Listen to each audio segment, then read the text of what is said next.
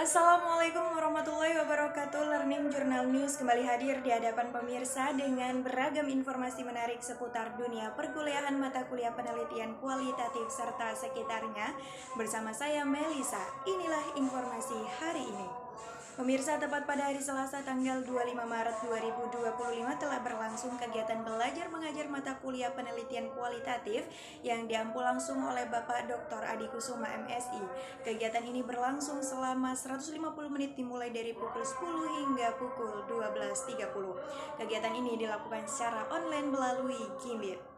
Pada pertemuan kelima kegiatan belajar mengajar mata kuliah penelitian kualitatif ini dijelaskan oleh kelompok ketiga yang berjumlah 6 orang, diantaranya ada Melisa, Sayyidatul Mardia, Rizka Khairunisa, Rizka Amelia Putri, Mutifatul Hamdia, dan juga Sabila Intan Amali yang menjelaskan seputar penelitian deskriptif, studi kasus, dan analisis isi.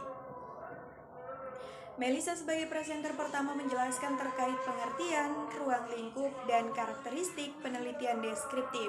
Penelitian deskripsi adalah penggambaran yang dirancang untuk memperoleh informasi tentang status atau gejala mengenai populasi atau daerah tertentu atau memetakan fakta berdasarkan cara pandang atau kerangka berpikir tertentu pada saat penelitian dilakukan.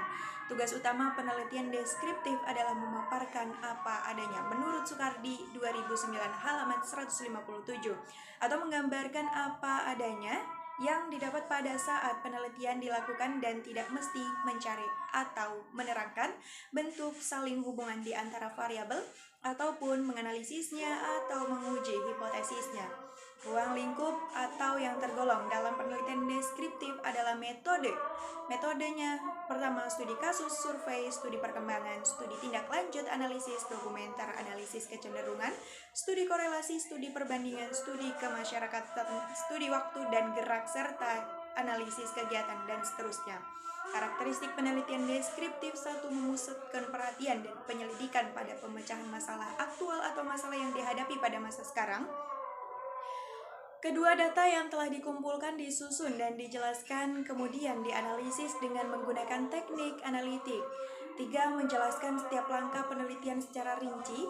Keempat, menjelaskan prosedur pengumpulan datanya. Kelima, memberi alasan yang kuat mengapa peneliti menggunakan teknik tertentu dan bukan teknik lainnya.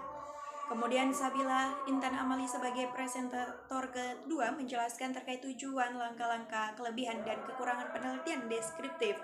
Tujuan penelitian deskriptif ini tujuan utamanya adalah untuk memberikan gambaran yang jelas dan akurat tentang materi dan fenomena yang sedang diselidiki atau melukiskan variabel kondisi apa saja yang ada dalam situasi tertentu pada saat penelitian dilakukan. Kemudian langkah-langkah untuk melakukan penelitian deskriptif secara ikhtisar. Proses penelitian deskriptif dapat dilakukan melalui langkah-langkah sebagai berikut. Pertama, pernyataan masalah yang jelas, mengidentifikasi, memilih, dan merumuskan masalah. Kedua, identifikasi informasi yang diperlukan untuk memecahkan masalah atau melakukan pelacakan atau kajian pustaka. Ketiga, merumuskan tujuan penelitian dan menguraikan kegunaan penelitian. Keempat, menetapkan asumsi, ruang lingkup, dan batasan penelitian.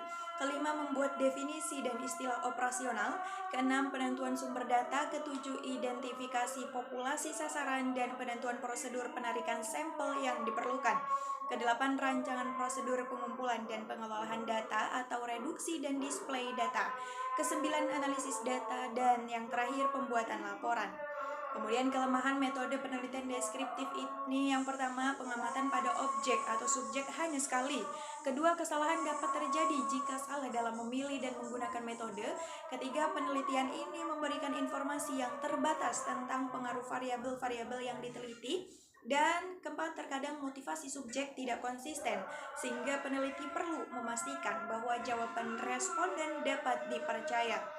Selain memiliki kelemahan, penelitian deskriptif memiliki keunggulan sebagai berikut. Yang pertama, banyak disukai oleh peneliti di berbagai bidang. Kedua, relatif mudah dilaksanakan. Ketiga, dapat memperoleh banyak informasi penting. Keempat, dalam penelitian deskriptif dapat ditentukan apakah temuan yang diperoleh membutuhkan penelitian lanjutan atau tidak. Deskripsi dipilah-pilah kejadiannya agar dapat digunakan untuk penelitian lebih lanjut. menurut Ibnu Hajar, halaman 274 sampai 275. Saidatul Mardiah sebagai presentator ketiga menjelaskan terkait pengertian studi kasus secara etimologi. Studi kasus berasal dari terjemahan dalam bahasa Inggris case study atau case studies. Secara terminologi menurut Johansson, studi kasus diartikan sebagai studi yang diharapkan dapat menangkap kompleksitas suatu kasus yang telah berkembang dalam ilmu sosial.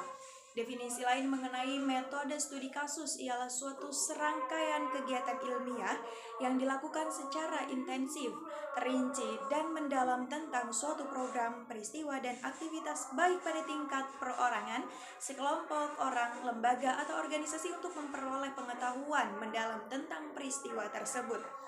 Kemudian Rizka Amelia Putri menjelaskan terkait analisis data, kelebihan serta kekurangan dari studi kasus. Sebagai presentator keempat, dalam menganalisis data studi kasus, Creswell menggunakan tahapan yang pertama, proses manajemen data yang telah dikumpulkan. Kedua, tahapan pembacaan data dan membuat pesan singkat dengan catatan kecil pada tiap data yang dikumpulkan. Ketiga, tahap deskripsi. Keempat, tahap klasifikasi. Kelima, tahap interpretasi. Keenam, tahap merepresentasikan atau memvisualisasikan.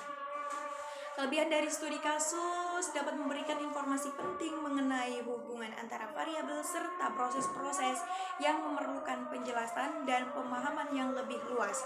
Studi kasus memberikan kesempatan untuk memperoleh kedua, wawasan mengenai konsep-konsep dasar perilaku manusia. Studi kasus dapat menyajikan data-data dan temuan. Ketiga, temuan yang sangat berguna sebagai dasar untuk membangun latar permasalahan bagi perencanaan penelitian yang lebih besar dan mendalam dalam rangka pengembangan ilmu sosial. Kemudian kelemahan dari studi kasus ini sering dipandang kurang ilmiah. Karena yang pertama, masalah interpretasi subjektif pada pengumpulan dan analisis data studi kasus. Ketiga, masalah generalisasi karena skup penelitian.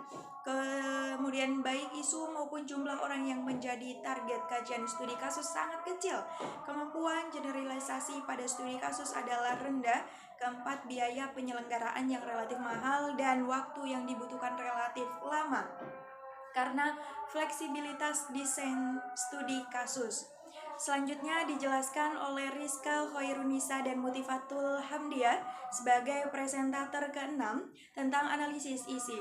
Analisis isi kuantitatif dapat didefinisikan sebagai suatu teknik penelitian ilmiah yang ditujukan untuk mengetahui gambaran karakteristik isi dan menarik inferensi dari isi.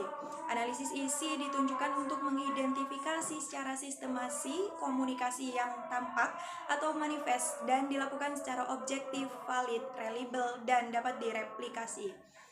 Tujuan dari analisis ini untuk menggambarkan karakteristik pesan atau describing the characteristic of message, dan kedua, menarik kesimpulan penyebab dari suatu pesan. Dan itulah pemirsa, baik pemirsa, berita tadi menutup perjumpaan kita kali ini. Saya Melisa beserta kru pamit undur diri. Wassalamualaikum warahmatullahi wabarakatuh. Selamat menunaikan bulan suci Ramadan. Ya